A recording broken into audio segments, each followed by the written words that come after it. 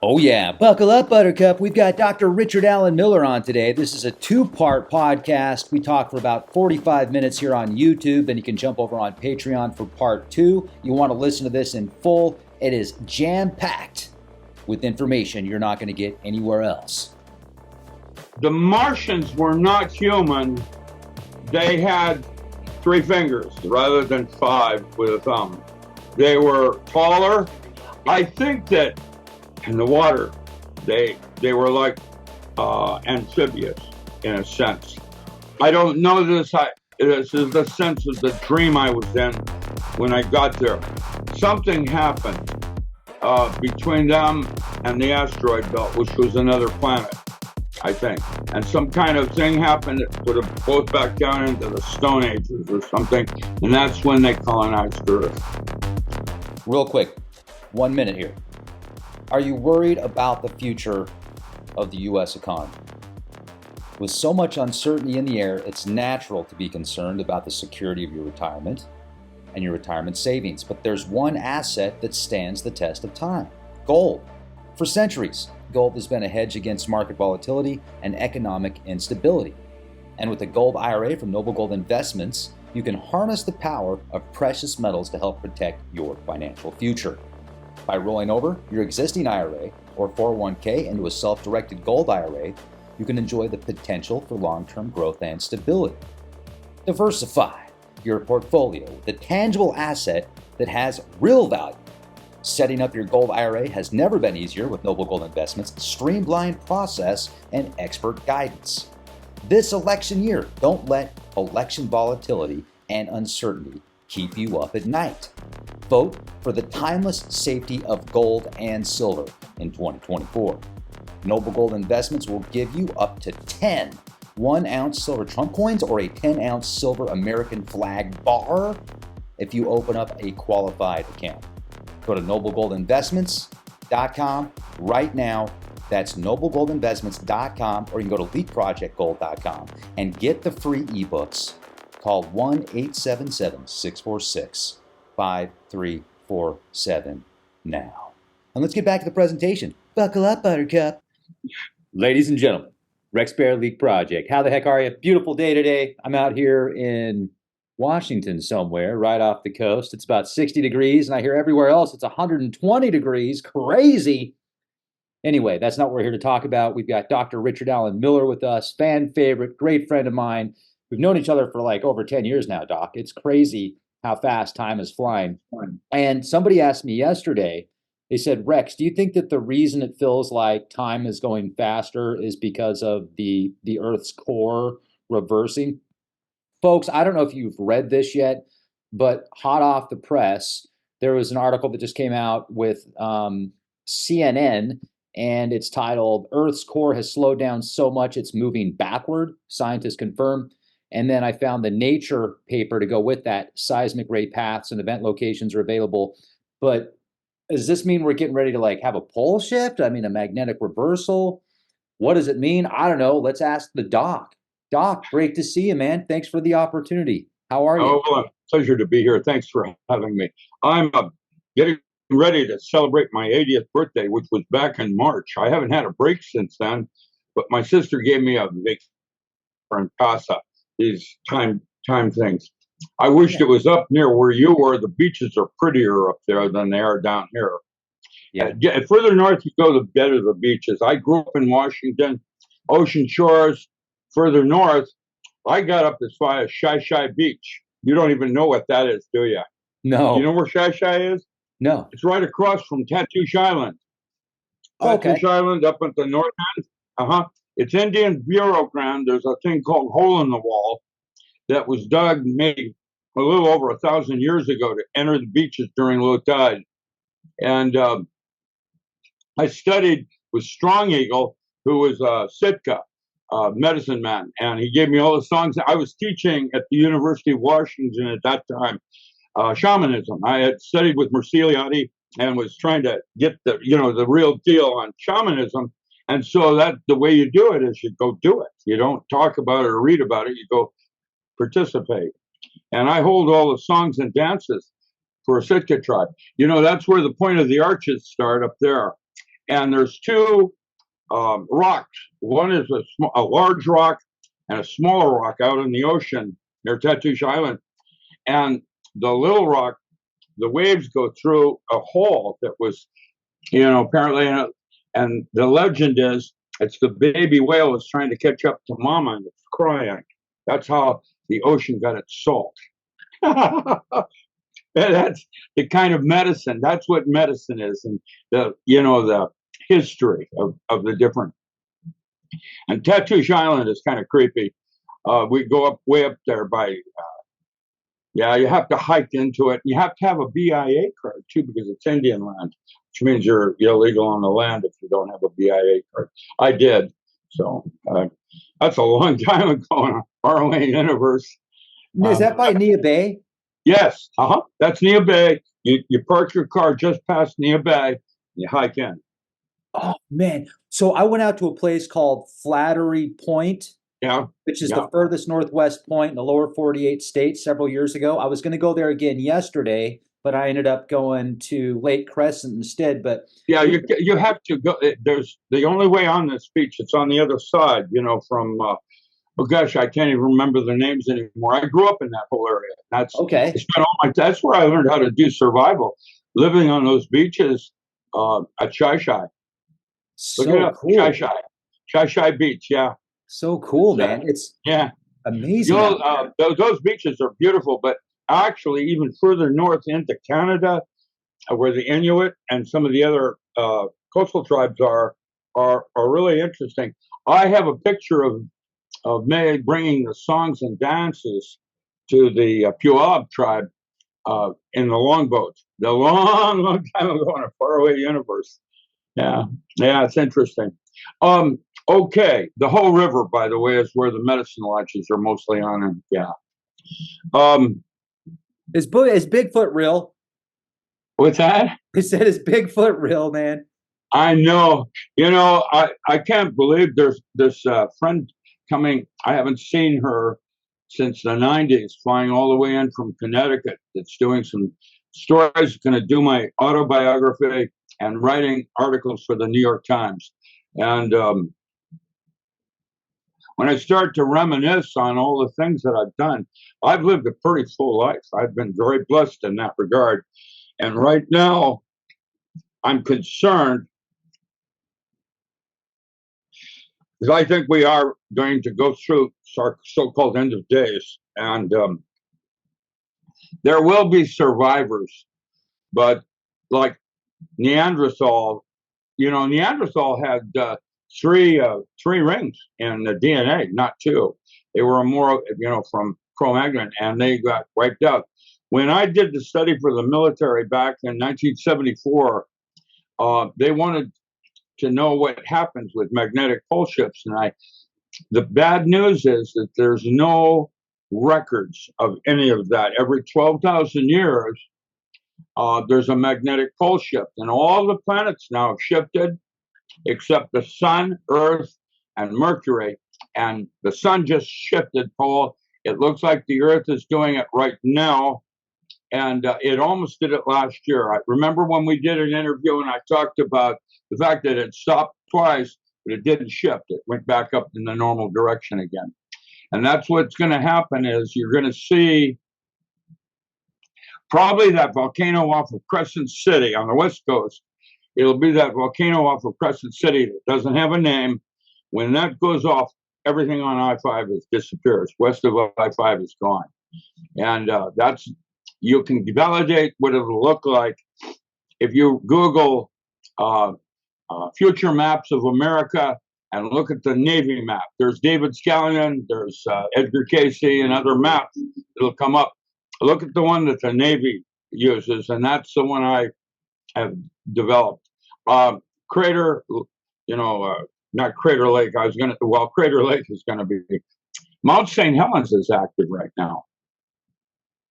And so is San Andreas Fault. And isn't that interesting?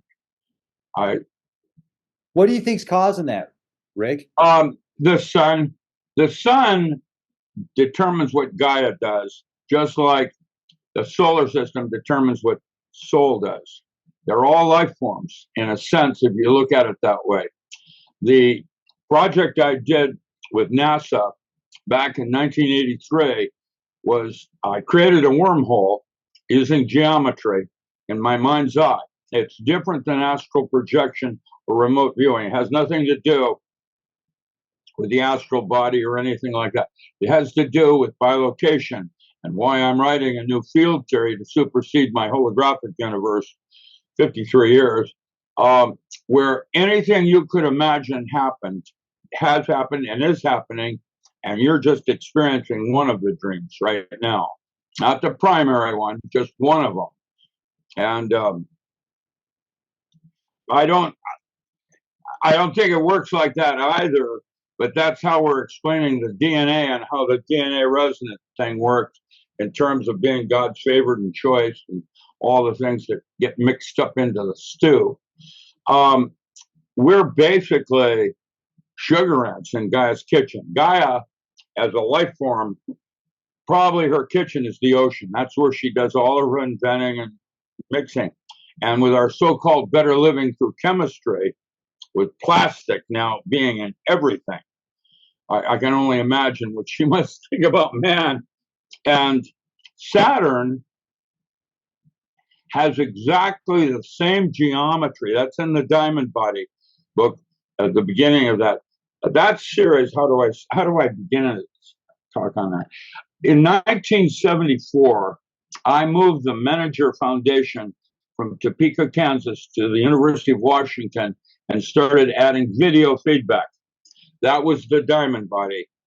In 1979, I bypassed the use of drugs and was able to create any altered state I want by breaking code on the forehead using electric currents with Mora and Endomit. I could wave shape it, and I broke the code.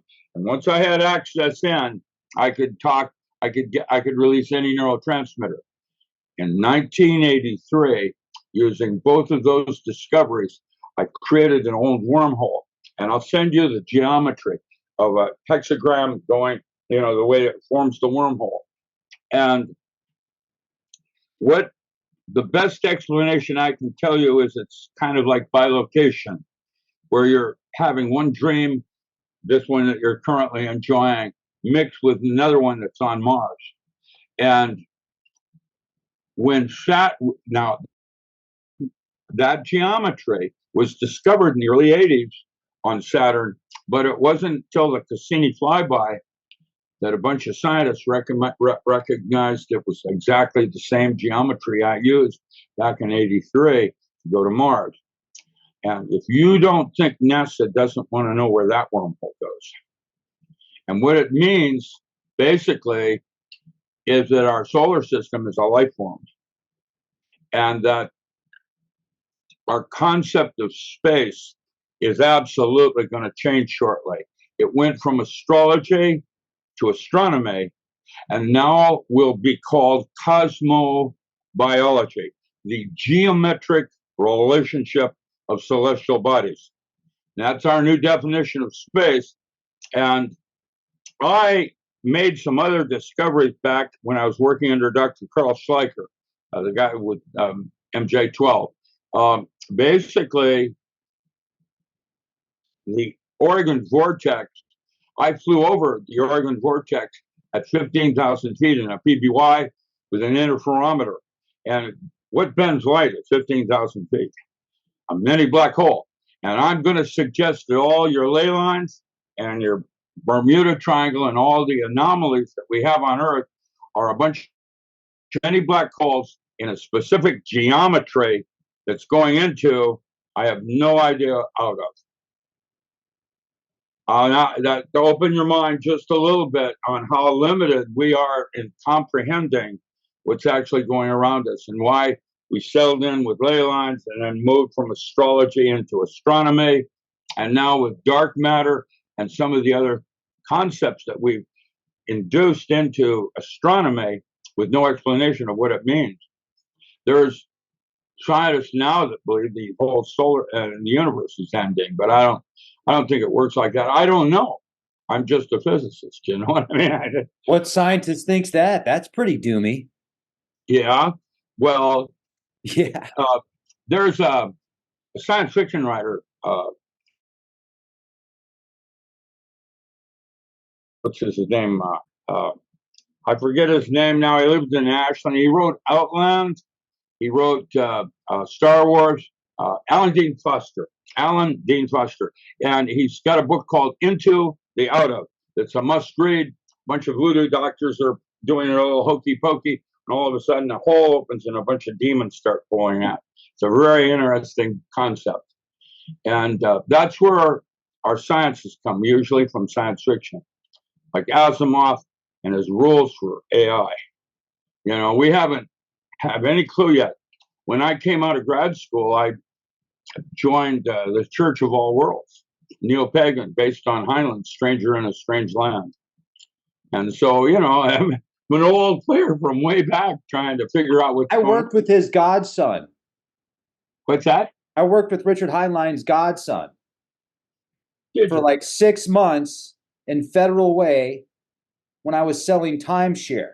And he was a retired veteran. He served in Vietnam. And yeah, his godfather was Richard Heinlein.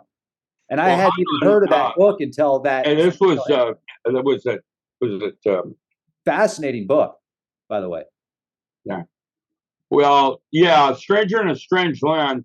We formed a thing. I used to write for Green Egg that's where I first started writing, this Green Egg. And then Llewellyn, I moved up to Llewellyn, you know, got into witchcraft, and then I got into Crowley and started writing. I was lucky. I met Phyllis Sector, who was basically Grady's wife. She and Mildred Burlingame and Helen Parsons Smith were part of the Agape Lodge of North Hollywood back in 1949. And when they saw me doing Tai Chi, they thought I was going to be another Jack Parsons. I haven't blown myself up yet, but stay tuned on that one. I was waiting for that. Well, Parsons, like me, magic with a K. Magic with a C, you know, magic is hair in your pocket. Sleight of hand. Magic with a K is sleight of mind, where you're using your mind as a tool rather than an absolute, this is the way it is. Physics won't get you there. It starts with assumed truths and only is as good as your assumed truths. And I've done this on your show before, but the metaphor I'd use that makes it clear is the earth round or flat? And the correct answer is yes. If you start with an assumed truth that the shortest distance between 2 points is a straight line, the earth's round, and you have all these doors to go through. But if space is curved, I can prove the earth's flat using tensor math. And then you have, looking at it that way, you have these doors to go through. Or if you step back and use your mind as a tool, you have access to all the doors. And that's where physics needs to go. And why magic with a K now is going to be how to use your mind as a tool, not an absolute, this is the way it is. That's why your brain drivers and all the rest of it have been good sales, because people are realizing they can reprogram themselves into their worldviews and belief systems. Completely arbitrary. My mind got programmed when I turned on TV and said, "Hey kids, what time is it? Howdy doody." And Clarabelle, honk, honk, honk, honk. And Princess, Summer, Fall, Winter, Spring, all the rest of it. Yeah, these are a few of my tools. That one right there is very popular. That biological, yes. That biological effects on the body is a series of studies on the dosimetry on all the different organs in your body from all the different radiation. This series right here is the work I did with Navy SEAL program. You know, what I did with SEALs is I gave them 8 altered states and turned them into Supermen. Now, imagine what would happen if man was able to have access to 400 altered states, not for escape or recreation, but to use them as a tool where the laws of physics are different. Anything that you could imagine God could do is what you personally are capable of doing right now if you use your full potential. And God is something way beyond even that. And that's why I would state you can't know God. You can experience him, but you can't know it. It's not possible.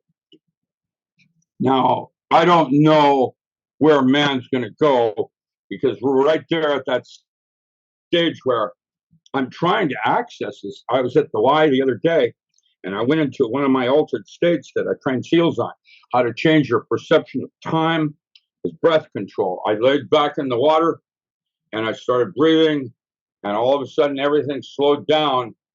Imagine what that would do, for example, with your ability in martial arts, where you experience everything in perfect motion.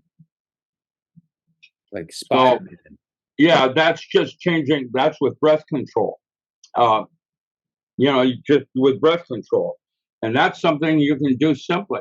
Imagine having all of these as tools in a toolbox. So that's what I'm writing about now, how to create a wormhole and be somewhere else. There's movies that you can see on Netflix that are like similar to that concept. The one is Everything, Everywhere, Right Now. That's a Chinese one. He's a martial arts expert that goes into. And then there's another one called Lucy, where Lucy gets inhabited with some drugs, and what it does is it gives her the ability it changes her consciousness so she's able to be everywhere at one time, which is probably our definition of God. I'm only able to do it at one point at a time with bilocation, my simple wormhole. Let's talk more about that, because I'm fascinated with Mars, and I'm fascinated with this bilocation that you're describing, with this altered state, but not altered state. Like, tell us. It is an altered state. Right now, you have just personally probably gone through about 4 altered states on this program. There are very subtle differences between this state and that one, and there's hundreds of them. And that would be, I wrote about that in Power Tools. It's, what's his name? I've written so many things now, I'm trying to remember. He was at Northridge and did the Northridge Development Center testing, and broke down into categories, altered states of, he called it prototaxic, parataxic, and syntactic modes of consciousness. Prototaxic is where you're like a shaman, and you can place your consciousness in the eagle and then see what the eagle says.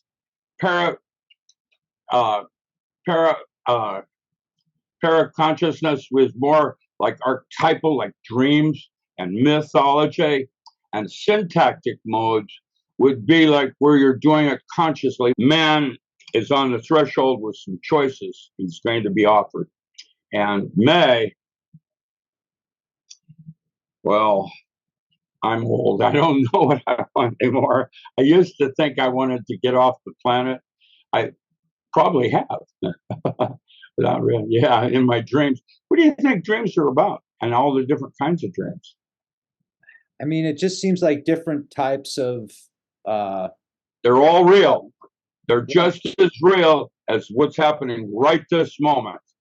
And that's the latest concept with Kubler-Ross and James Hillman and some of the others on what they call imaginal psychology. Now, my new book on tarot, for example, isn't going to be about cards and fortune telling. It's about discovering the different storyboards in you. The Greek mythology suggests that there were 22 storyboards in the big city. And Persephone, having to go to hell each year, would be a kid taking drugs once a year because he's depressed at Christmas. And if you can identify all the different storyboards, each one has an ending. And if you don't like the ending, that's what ritual is about, celebrating the mythology and changing the movie. So what my tarot book is about is how to identify the different storyboards. Each of us have probably 5 or 6 major primary things going on. And if you don't like what's going on in your life, that's when you want to go in and maybe change the storyboards. That's what tarot is really about in my direction of magic.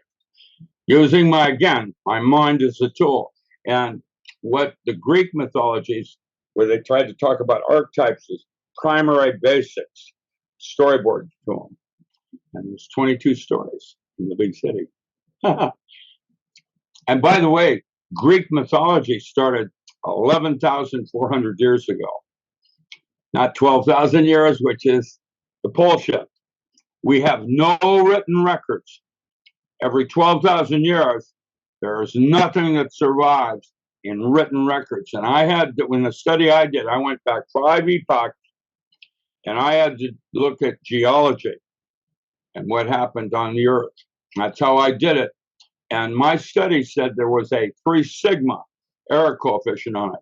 That means a 99.9975% probability of the event occurring. That means you can count on it every 12,000 years. And we're right now at that moment. So, okay, when I read this paper about the core reversing, and it says it's talking about a 7-year cycle. It's saying that every 70 years, the core will reverse. So it's not an uncommon thing. No, the pole doesn't reverse every 70 years. Not the pole, I'm sorry, the core. Thank you. Oh, the core. The core itself. They say the core reverses every, now the data that no, it stops, it slows down, doesn't change. When it changes direction, that's going to be when you have a pole shift. They're claiming right now that it has in this Nature paper, and they're incorrect in terms of literalness of it. The studies I did are pretty severe. And when I say that, if the core starts spinning, what do you think is going to happen with the magnetic fields? Well, I would think that if the core reverses, and if the core is connected to the magnetic fields, that it would cause the magnetic fields to reverse.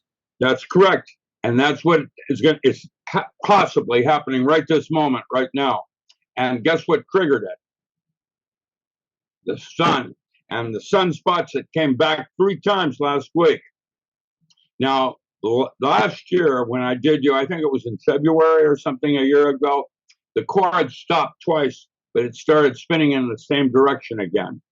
And now it's slowed down and stopped again.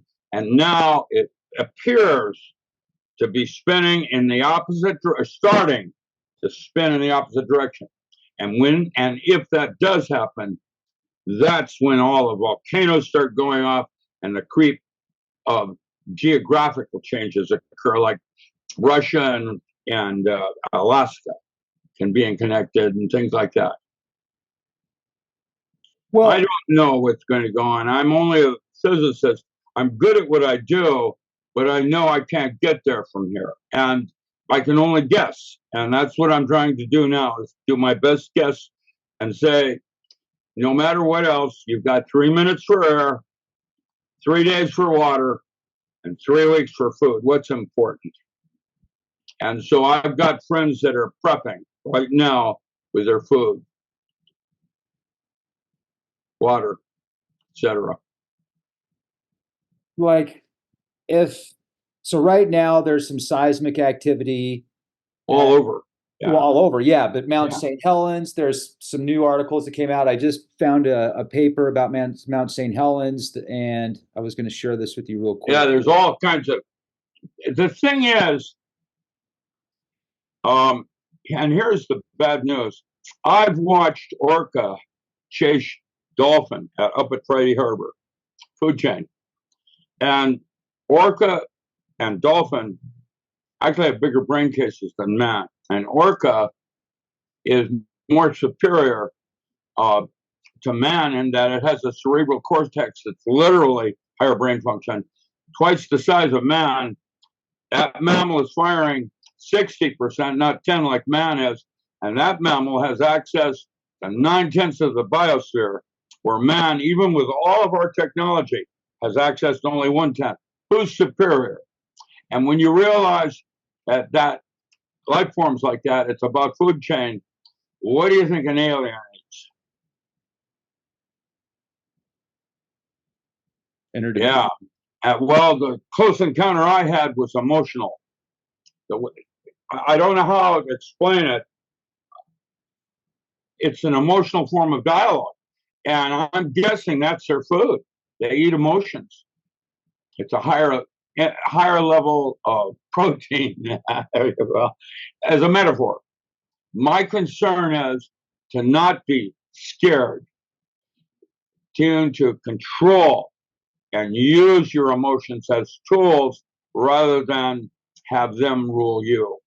All I can do is just, try to get what's happening.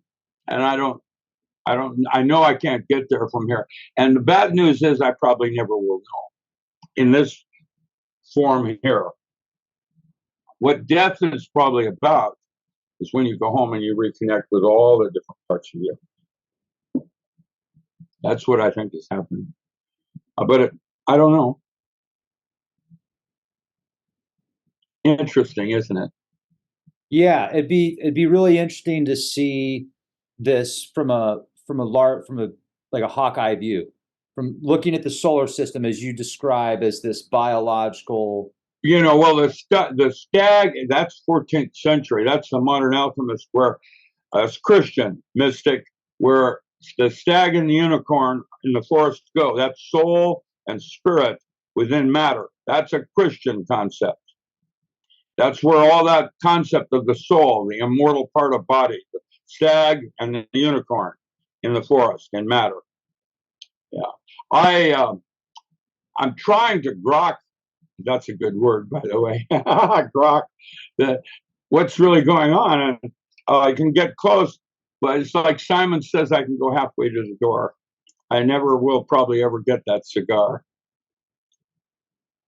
Simon says you can get close. Simon says you can go halfway to the door, but it doesn't work like that. And that's probably why we have two brains and the cavitation process. That's in chapter 7 in my non-local mind book, was time travel and the true nature of cavitation. The idea you got two brains. Tell us more about that. Cavitation is when a drop of water hits a pool of water and the ripple waves go out. There's also waves that go in. Poop. And that's why the body goes poop, and up comes the drop of water again up out of the body when it hit. Except it's no longer a drop of water. What it is, it's captured the medium and it's a structured water around it. And isn't that interesting? Because that's what I'm defining as chi. On the outside of my body is microtubules with structured water in it that goes back to wherever at the moment of death. There's a 5-gram weight loss in the body, and it's not urine. What is it? And I'm proposing it's structured water, 5 grams of structured water in what we would call chi outside the body. There are other like bodies. And we have somehow postulated these different subtle bodies outside the physical body, but we're only human. So you think that structured water that's released into the universe, that's the soul, that's the consciousness? Well, that could be like the soul, because 5 grams of structured water, by the way, it's chapter 6 in the non-local mind. Structured water, 5 grams of structured water is enough memory to hold 100,000 lifetimes in a single drop. And that's the non-local mind. That's the part that takes after I trained Navy SEAL using power tools. The power tools are the 8 protocols I gave Navy SEAL. The first one, ESP, is thinking with the gut, working with instinct. And that's in the power tools. The non-local mind, how to take all of these new developments that we have and integrate them into using them on a more personal level for the advancement of man.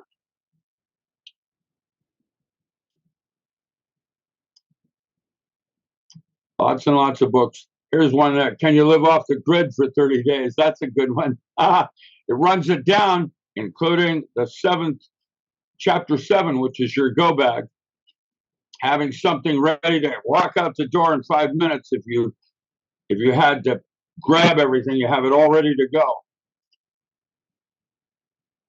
Lots and lots of books I've written. Oh, and a 9-volume encyclopedia on alternative agriculture. I want to hear more about, let's go back to Mars for a minute. What else? Okay.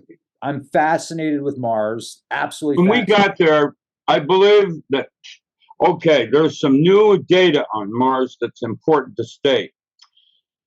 First off, I'm going to give you a concept of what billet reading is, which is different than ESP.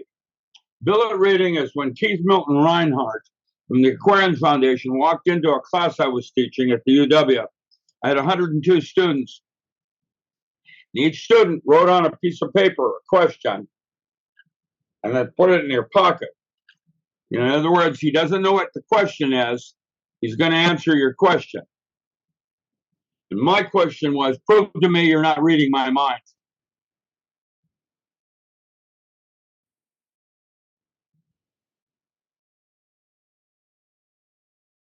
Did you freeze up? And his response, he froze up when you said that. That's so great. You still got the same look on your face here. Hold on, stand by. There you go. You literally, when you said that, you froze up, and it looked like you were just staring in my eyes. Oh, sorry. It was great, man. It was great. I loved it. Nothing happens by coincidence. No, yeah, synchronicity, where nothing happens by chance. That's another chapter. Now, here's the deal. His answer to me was, in your mother's bedroom, at the foot of her bed is a hope chest, and at the very bottom of that hope chest is a letter that was written to her 2 days before you were born. How did he do that? Okay, now we're going to Mars. Did you even know that? Now I wanted to prep this for Mars. So there's a group of ladies that are billet reading right now that are very accurate in what they do. And the military contacted me on this one because they recently said, quote, the AI on Mars that has controlled our solar system for 2 billion years just got turned off. Now, military said, what does that mean? And I said, well, the only switch that I know of that would have been a switch, geometric switch to turn the AI that's calling the magnetic pole shifts would have been Betelgeuse in November when it got blocked by Nibiru for 4 days. That's statistically impossible. And that would have been the switch. And what that would mean is maybe we're not going to have the magnetic pole shift the 6th time around. And something turned that AI off that controls that. Something happened on Mars 2 billion years ago and created the asteroid belt and the barrenness on Mars. And that's when supposedly Earth got colonized.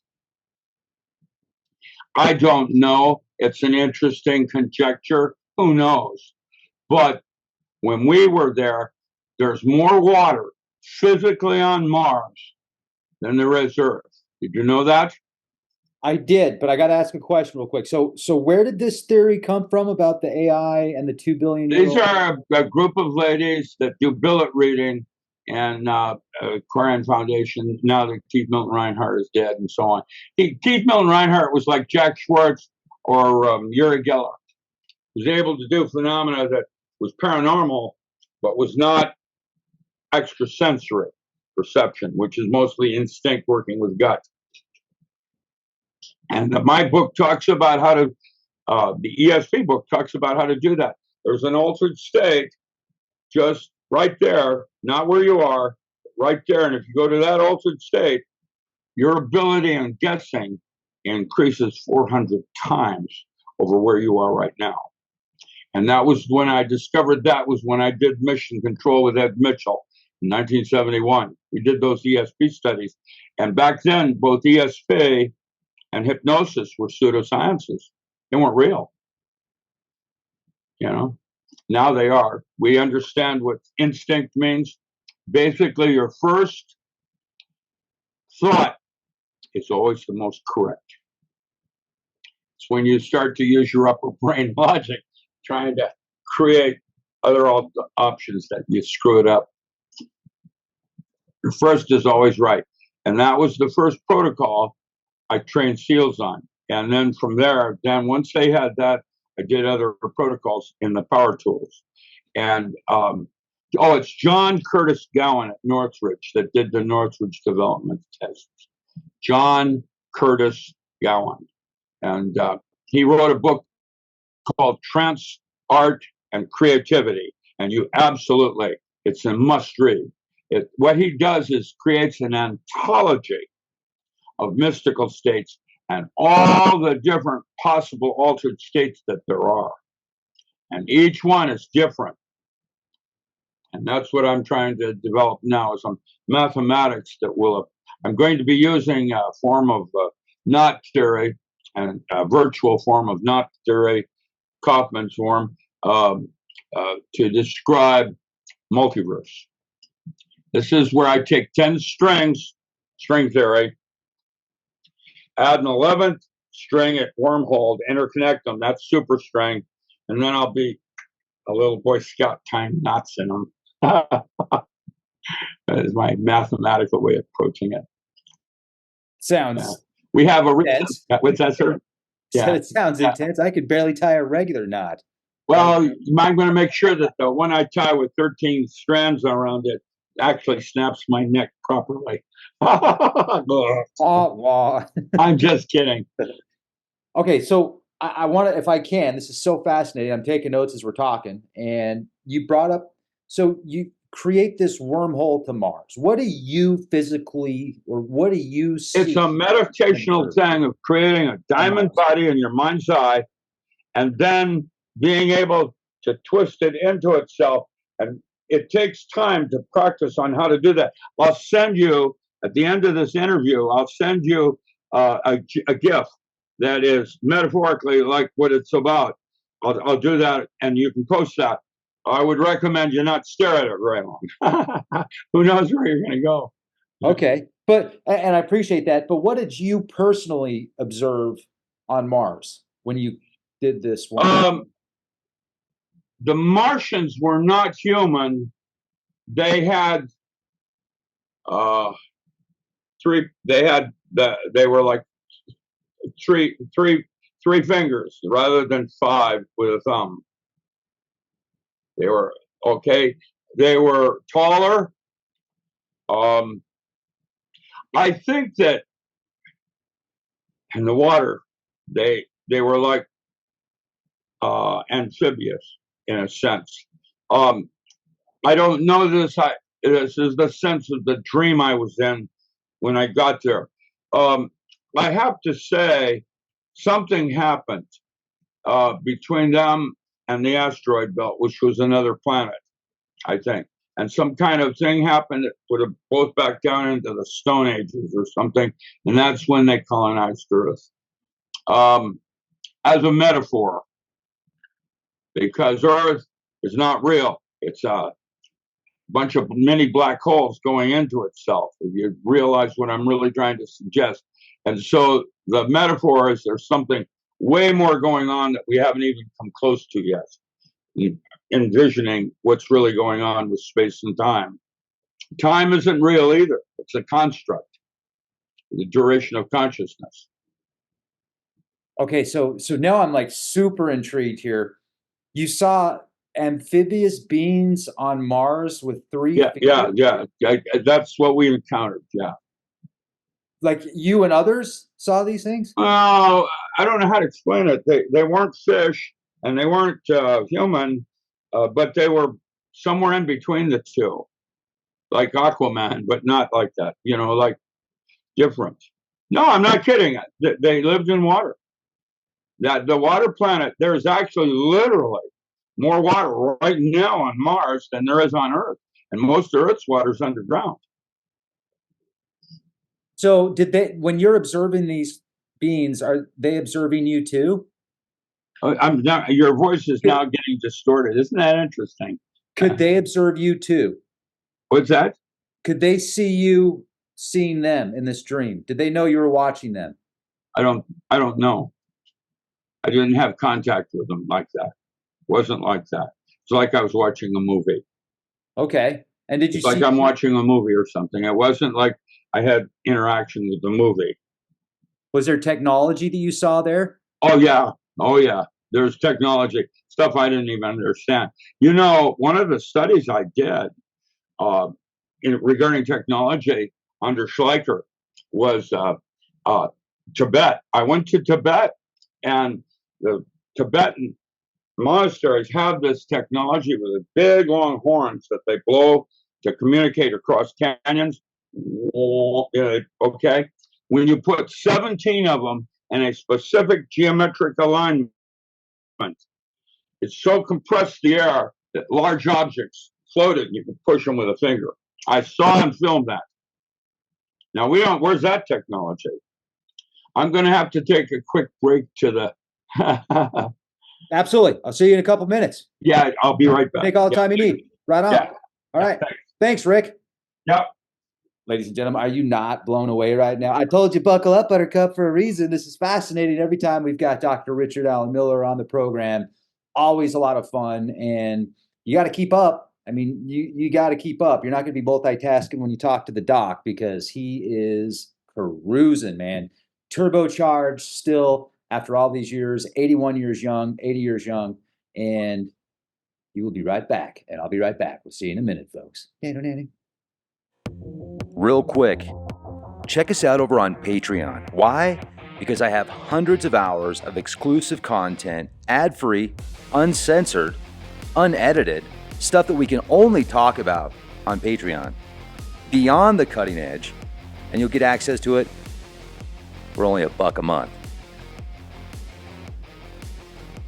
And if there's an interview that you want me to do, a guest that you want me to get on the show, or a topic that you want me to discuss, if you leave a comment over on Patreon, I'll do my best to get that guest on the podcast or that subject. And I'll even do my best to get back to you here on YouTube. And your contributions greatly help Leak Project. So check us out over on Patreon, and please subscribe to our YouTube channel here and hit the bell for all notifications, and check back daily for new podcasts, because we upload podcasts pretty much every single day. And has anyone told you today that you're awesome? Because you are.